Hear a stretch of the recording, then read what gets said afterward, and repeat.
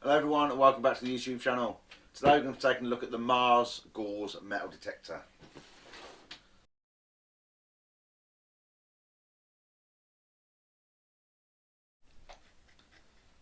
That's awesome, isn't it? I can just unclip it off the control unit and put it down there, and what's good about it is it sits up. I like that, I really like that, that's well good, especially for me making the videos. Alright, and let's see how complicated it is. I haven't looked at it myself, just come straight out of the box, I haven't got a clue. Let's have a look at the buttons. That's going to be the power button, that's going to be the pinpoint button, that's going to be to select the different modes once you're in the different modes. That's going to be ground balance, I think, and that's going to be menu. Any other buttons on the sides? No, so it's nice and simple. Well, he says. Let's turn it on then. Hold your finger on it for like 2 seconds and the display lights up. What have we got on the screen? We've got the battery, we've got your indication to say the light's on, not touchscreen. L1, don't know what that means yet. Nice big target ID, there, coming up with the numbers.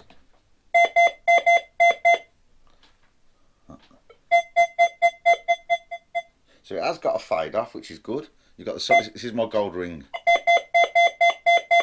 and as I come higher up the coil, so it's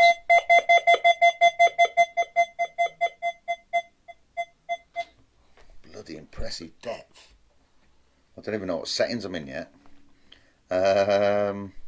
So yeah, you've got the display on there. We've got a fade off with the target, so you know if there's targets at depth, which is what I like. That's going to be your ground balance, GEB. I don't know what the E means, but we'll suss all this out as we go along. Brand new machine, I haven't got a clue, but we're just having a look at it. Just got it out of the box and see how simple it is. You've even got the temperature. That's brilliant. I'd like to see a time on there. You'd have everything on there then. So we've got the temperature, and then we've got gain sensitivity there. So everything you need to know and more is on the LCD screen. Let's see if we can get into the settings then. I think it'd be that one. Oh, they come up at the bottom of the screen. Start off with gain, discrimination, frequency, search. I don't know what that means yet. You've got the different search modes. You've got the volume, speaker volume. Got your iron volume, that's good that you can turn that up and down. And then you've got that'd be the transmitter for that, I imagine. Yeah. Okay, let's go in the different settings now. So we've got the gain first.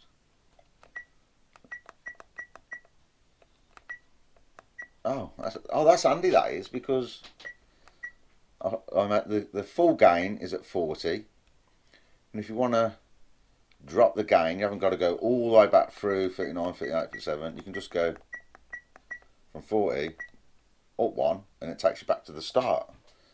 That saves you a little bit of time. So we'll leave. Well, that was at 40. I don't know what frequency I'm in yet. But if that's at full sensitivity inside the house with a lot of EMI, I've got the fridge over there, a lot of electricity behind me, lights above me, and that's running at full sensitivity, banging out the signals with no chatter. That's a good sign. Seems a very stable machine indoors. It should be even more stable outside, but we don't know yet. We haven't took it outside. Okay, so we've got the gain. Obviously that goes from 1 to 40, and you can select. You can go straight through the scroll back to the lower numbers if you want to, which is good. So we're going to push the menu again.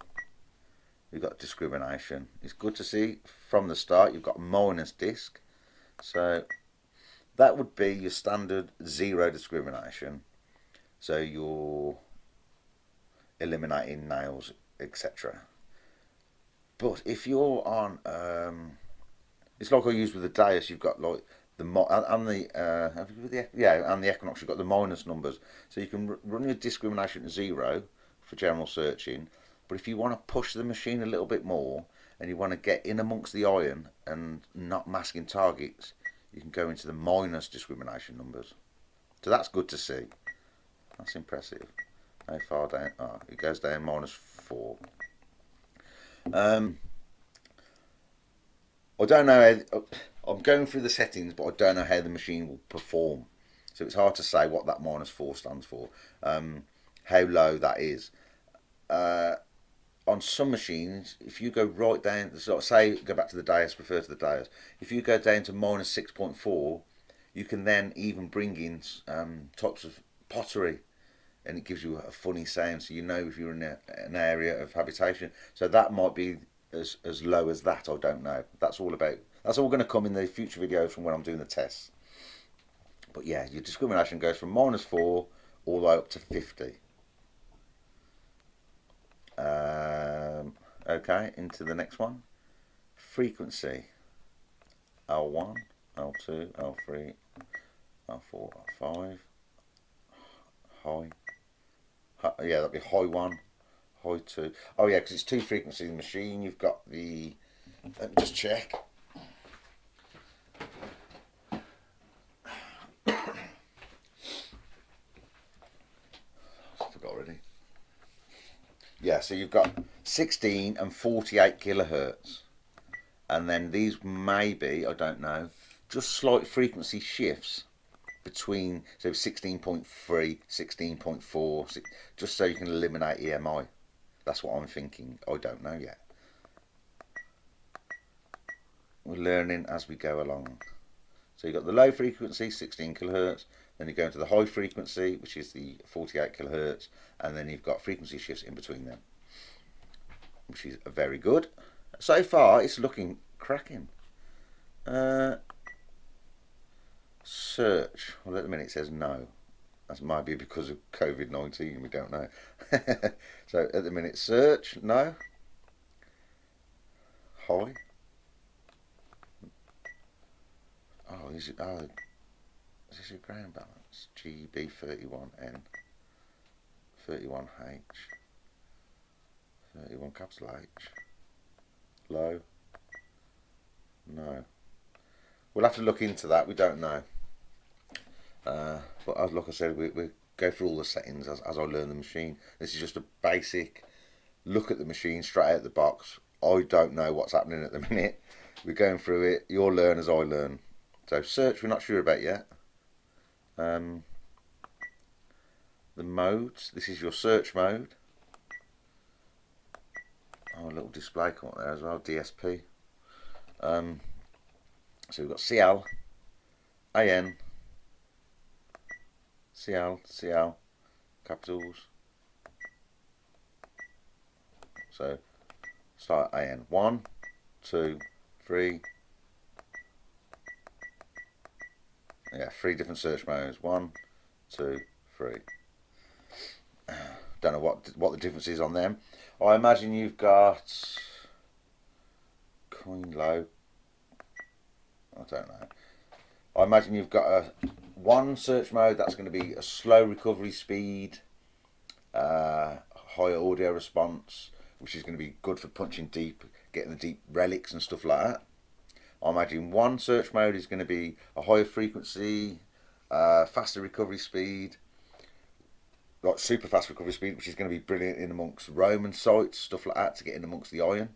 And I imagine one of the modes is going to be a split in between the 3, in between the other 2, which is going to be a general search mode, which would be ideal for coin shooting, stuff like that, on reasonably trashy areas, just for the basics. So you've got standard mode, which is all round. You've got a deep mode, and then you'll have a fast mode. That's what I'm thinking.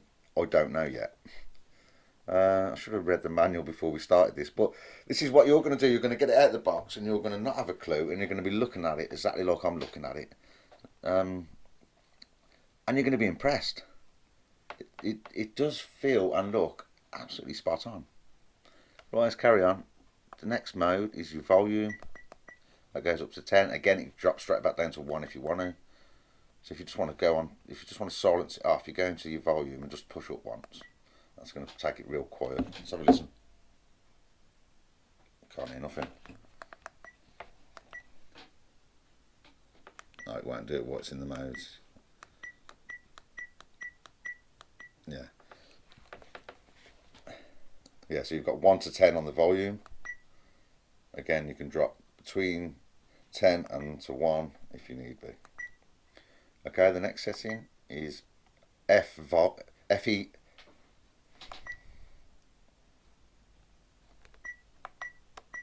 Yeah, that's cool.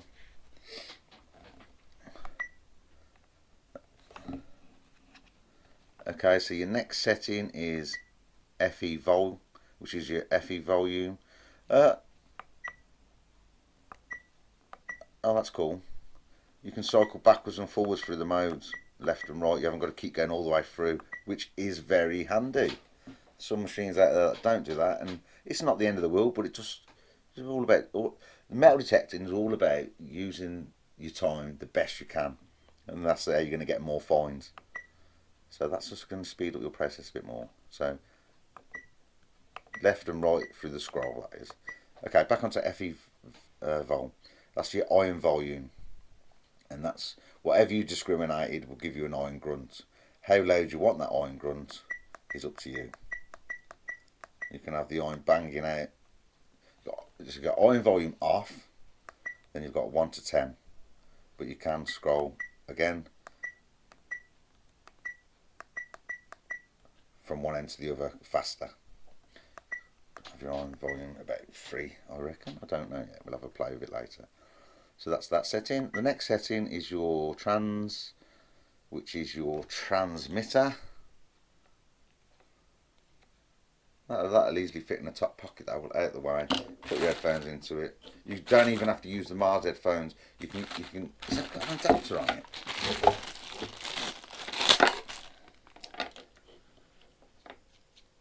Oh, you've even got an adapter.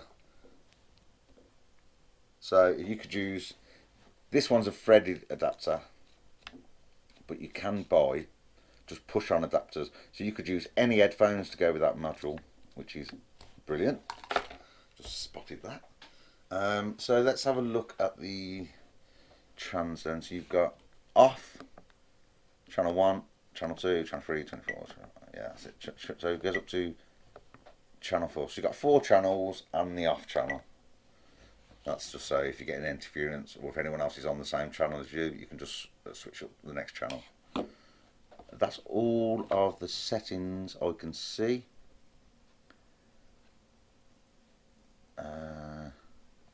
So if I push select again, it goes back to there. Got to push pinpoint. That takes me back to the home screen. Yeah, it does. So if you're going through your settings and you just want to detect, just push the pinpoint button and that takes you back to the detect screen. From there,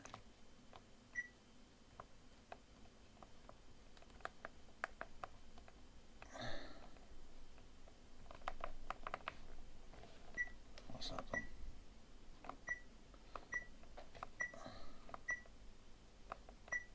Auto tracking maybe. Let's just go back to that. So on the home screen, I'm looking at what this button does now. It looks like the ground balance button. There's a GB there, GEB. If I tap it once, that's going to be automatic tracking, I think, which I'd never recommend. And that's HDN, God knows. I imagine that's adjustable tracking. Yeah, you can adjust that to suit. So you find a clean area, you bounce your coil. If it's giving you feedback, you can manually ground balance to the ground. Okay, if I hold my finger on it.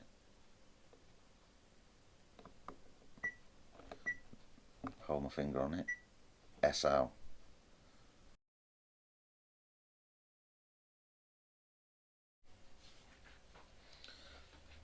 Okay, I've just had to stop a sec because I was baffled. I haven't read the manual, it's my own fault, which most blokes don't read a manual. They just try and not feel so defeated and go to the manual. They need to be able to think, I'm a man, I can do it without the manual.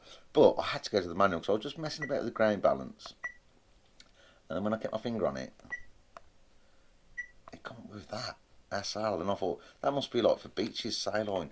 But this indicator pops up, which is your sleep mode. Which I thought, what? Sleep mode? But I'm not sure, but I reckon that is if you're out in the field and your machine's beeping away, or you just want to talk to someone, or you want to you just want to silence the machine for a second. So you're out there detecting, hold your finger on that, and it just silences the machine. So if you just want to silence the machine off for whatever reason, you just hold your finger on the sleep mode button. That baffled me for a bit. Let me just see how I connect this. Again, I've not looked at the manual. I think I'll go down, turn off sleep mode. You turn off the sleep mode by pushing the pinpoint button, which takes you back to detecting. So, settings. We're going to go back to transmission. We're going to turn it on to channel 1.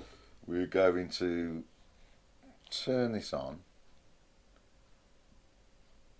It's already come straight up. I haven't linked this or anything yet. Let me just see if that works. Nice click, that fits inside. It's not going to keep pulling out. Let me just see what this sounds like.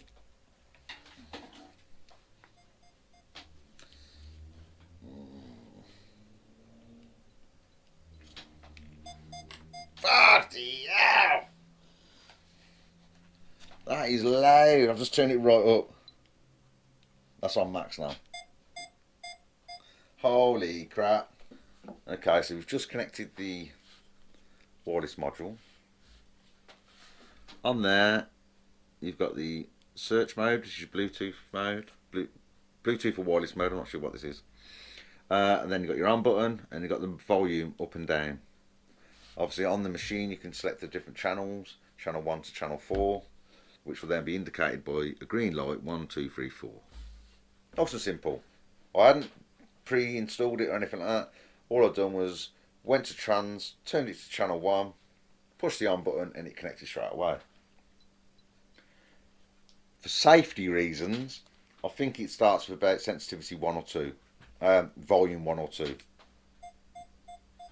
which is loud enough as it is. But I thought, I always like to run my machines nice and loud, so I turn the volume right up until you get the, listen to that set, whatever. You get a little click, click, click, which is telling you it's going through the different modes, different sensitivities, until you get to the last one, which does this. You get that burp, burp, burp. That is your maximum sensitivity. You ain't going to be able to tell, you ain't going to appreciate it through the headphones, but... Oh, that's louder than the speaker. So we've got some good quality headphones there. Super loud. I like to have my machines running, banging out all the time. But I don't think I can run that at full volume. Blow your ears off, so I'll drop that down a couple. 2 offset full. 2 off full sensitivity would be ideal for me. Let me just turn the trans back off for now and check what the different audio sounds like. Transmission off. You get burr burr when you turn the transmission off. The audio through the unit has got a little bit more of a whoop, like a fluty sound. Through the headphones it's a bit more aggressive. a bit more electrical. You know, it's hard to explain it, but the nicer audio comes through the control box. The wireless transmitter has automatically turned off, not in use. Obviously, I haven't been out in the field. It's all just what I'm just learning now, it's the same as what you're seeing me learn. But the audio seems to be nicer, flutier through the control unit. The headphones just seem to be a little bit more electrical. You know, like it's hard to explain, but I prefer the audio through the unit. But the audio through this, oh, that's saying it's lost transmission. Da-da. So I'll just turn that off. It's just giving you a warning to say you've left that on without it being used. So tap the power button, and then the green light stops flashing. All works absolutely faultless so far. There's no niggles. There's nothing I can say that I'm not too keen about. Obviously, the search modes it's just got different letters and numbers. It don't mean nothing. It'd be nice if it said park mode, beach mode, trash mode. You know, different modes. But obviously, in the manual that I'm meant to have read, it will probably say what the different modes are.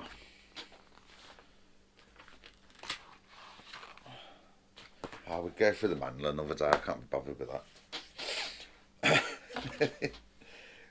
We're on coronavirus, where everyone's on lockdown, so it's something to do. That's the video for now. You just seen what I just opened the box. I wanted to see what it was like, and I showed you exactly what I seen it was like. I am impressed with the initial look of it, the feel of it, the weight of it. Let me put that back on there. So when I've been doing my demo now, I've got the control box there. I just twist that back up the stem and click it back in. That ain't coming off the toffee. If it's on solid, the only way you get it off is with a good wiggle.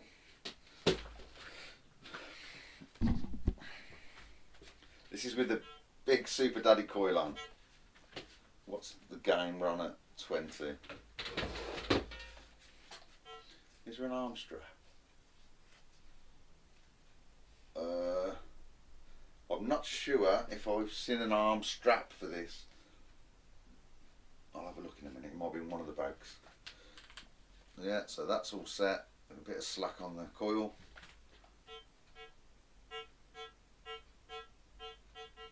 Bit of iron there. What does it feel like in the hand with the large coil on? It's hard to say. There's a bit of weight in the coil because it just feels a little bit top heavy. Not bad. It's as though you've got like back again with the dias, the 13-inch coil on the dias, but that is a monster coil. I'm hoping Mars have got an in-between coil, because that would be absolutely awesome. Could do like a 10-inch on there. Little bit weighty, but not bad. Not heavy, just a little bit top heavy, because you've got a massive coil on. The hand grip feels really comfy. Hold it again. Yeah, that's comfy, that is. See the position of my hand? It's not like I've got a crooked wrist from holding it in a funny position, or it's going that way. It's just dead straight. So the ergonomics of it and the comfortness of the hand grip is nice. The arm cup itself, comfy, not bad. It'd be nice if it had a rubberized, a bit of foam there or something, just a bit of cushioning. But when you're, especially in the winter anyway, you got your coat on, so it's not going to be that bad. Yeah, so the hand grip is absolutely, really comfy. It's got a texture on the bottom, stop any slipping. And what's also awesome, which the Equinox didn't have, just that little lump there. Just having that little, it's like it comes up and you got a lump and a bump. That is to stop your hand slipping up against the control unit. Love it. That's really good. Quick little crack of that. Yeah, so you undo that. That slides with ease. Slides right down. How tight do I need to do it? So just feel that just biting now. And it's solid. And that's not even tightening it right. You don't need to over tighten that. You just need to get it to bite and give it a quarter of a turn. And that's going to be solid. There's no wobble. That's flapping about. There's no wobble in that. Build quality of the Mars GAUSS is absolutely spot on.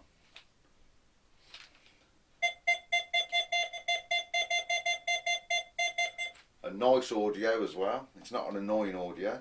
It's a solid beep beep beep beep beep beep. I'm not going to go through all that.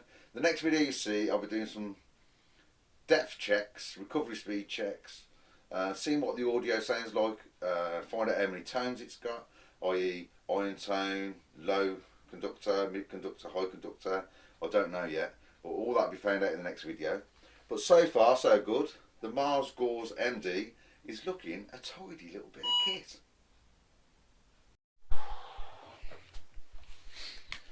So what have I got from that video? From making that video, and what have I learned?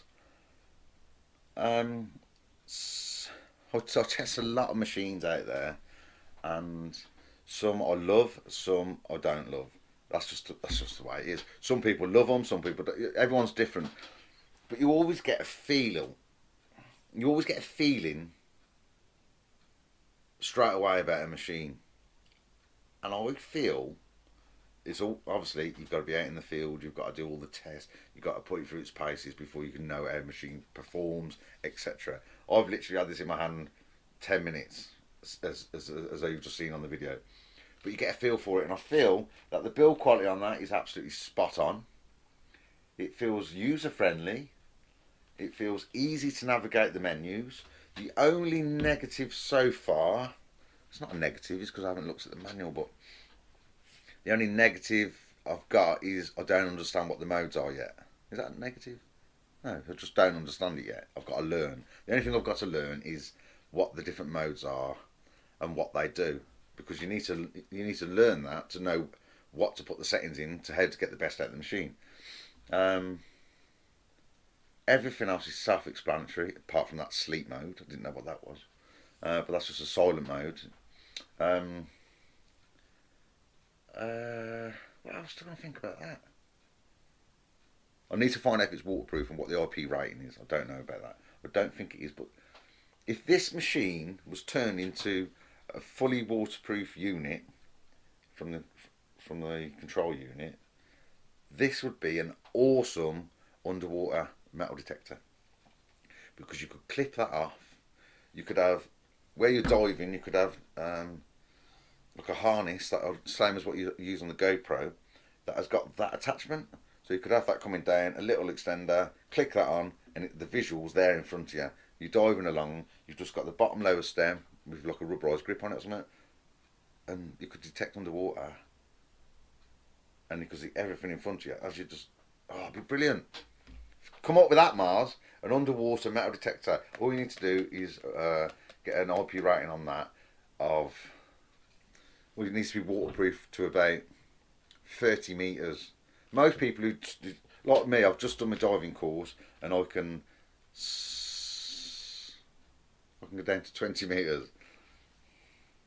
So yeah, if you could come up with a detector that had a waterproof rating of down to 20-30 metres, that'd be killing it. That'll kill it, man. But so far, so good. It looks and feels great. The simplicity of the menu is really good. That's just the first look. I don't know what the performance is like. We'll have a look at the performance on the next video. Can't go out yet because we're on lockdown, but I'm going to do the same test I do on all the machines that I get.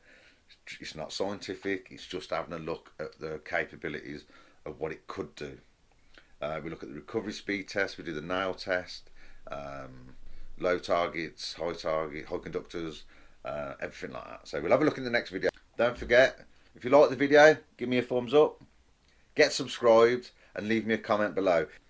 If any of you watching have got the GAUSS metal detector already and you've been out in the field with it, can you let me know in the comments what you found the performance is like, and is it a capable machine?